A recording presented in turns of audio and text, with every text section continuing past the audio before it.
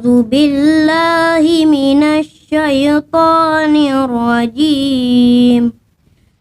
بسم الله الرحمن الرحيم. اقرأ باسم ربك الذي خلق. خلق الإنسان من علق. اقرأ وربك الأكرم. الذي علم بالقلم. علم الإنسان ما لم يعلم. كلا إن الإنسان ليطغى أن رآه استغنى. إن إلى ربك الرجعى. أرأيت الذي ينهى عبدا إذا صلى. أرأيت إن كان على الهدى أو أمر بالتقوى. أرأيت إن كذب وتولى. ألم يعلم بأن الله يرى. كلا لئن لم ينته لنسفعا بالناصية. ناصية كاذبة خاطئة. فليدع ناديه. سندع الزبانية. كلا لا تطعه واسجد واقترب. صدق الله العظيم.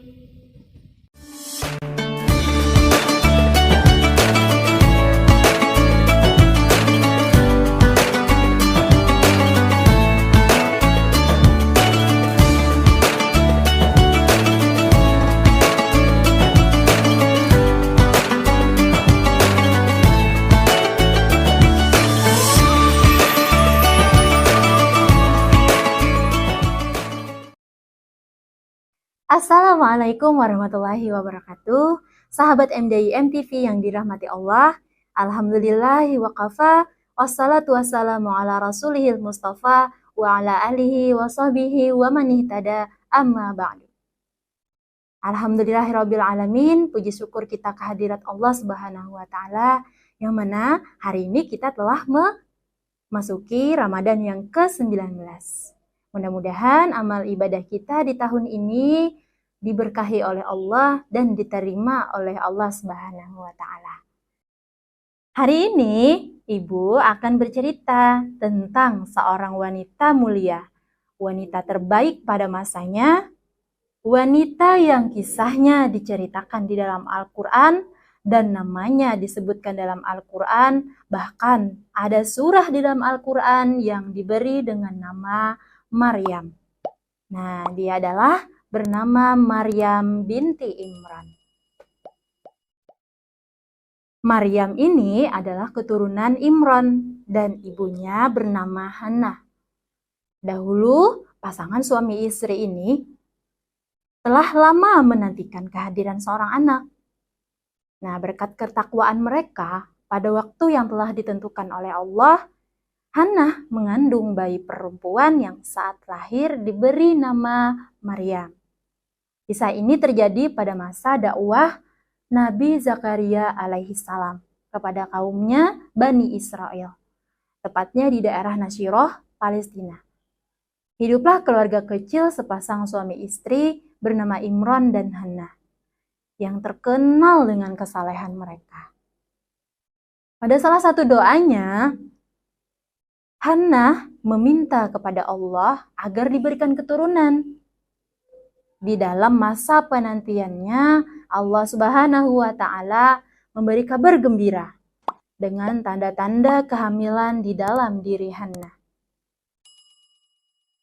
Suatu hari Hannah berkata, "Wahai suamiku, engkau akan menjadi seorang ayah." "Benarkah? Terima kasih ya Allah, aku sangat bahagia," kata Imran.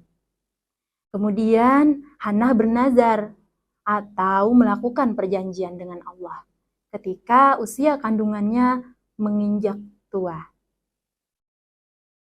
Hannah berdoa, "Ya Tuhanku, sesungguhnya aku menazarkan kepada Engkau anak yang di dalam kandunganku ini menjadi hamba yang soleh dan berkhidmat di Baitul Maqdis." Namun belum sampai Hannah melahirkan anaknya, suaminya Imran meninggal dunia. Itu artinya bayinya kelak lahir dalam keadaan yatim. Meski sedikit sedih, tidak menyurutkan rasa bahagia Hannah untuk menyambut kelahiran sang anak. Akhirnya hari yang ditunggu-tunggu pun tiba. Hannah melahirkan. Ketika melihat anak yang dilahirkan itu perempuan, Hannah mulai sedih, bingung, dan was-was. Hal ini dikarenakan karena berjanjinya ia menyerahkan anaknya itu untuk mengabdi kepada Allah. Beliau pun pasrah kepada Allah, sebagaimana yang disebutkan dalam Al-Quran surah Al-Imran ayat 36, yang artinya, "Ya Tuhanku, sesungguhnya aku telah melahirkan seorang anak perempuan. Dan Allah lebih mengetahui apa yang dilahirkannya itu. Dan anak laki-laki tidak seperti anak perempuan. Sesungguhnya aku telah menamainya Maryam, dan aku mohon perlindungan untuknya serta anak-anak keturunannya kepada pemeliharaan Engkau daripada setan yang terkutuk." Kemudian Allah menjawab doa tersebut yang terdapat dalam surat Al-Imran ayat 37. Maka Tuhannya menerima sebagai nazar dengan penerimaan yang baik.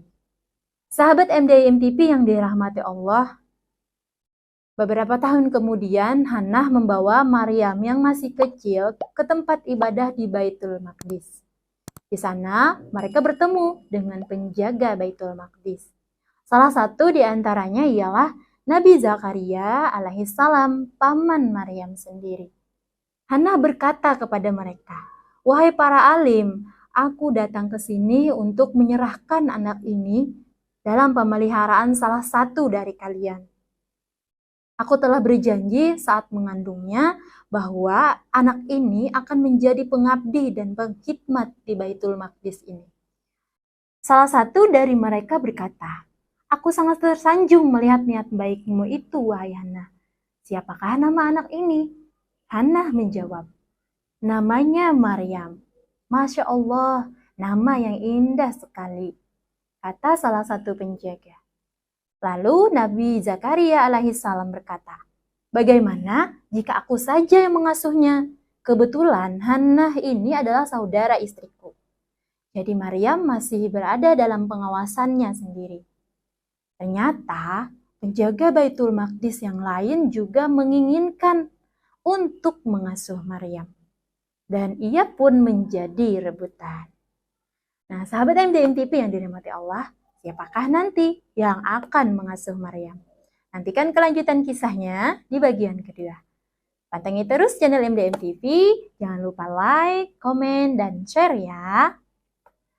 Assalamualaikum warahmatullahi wabarakatuh.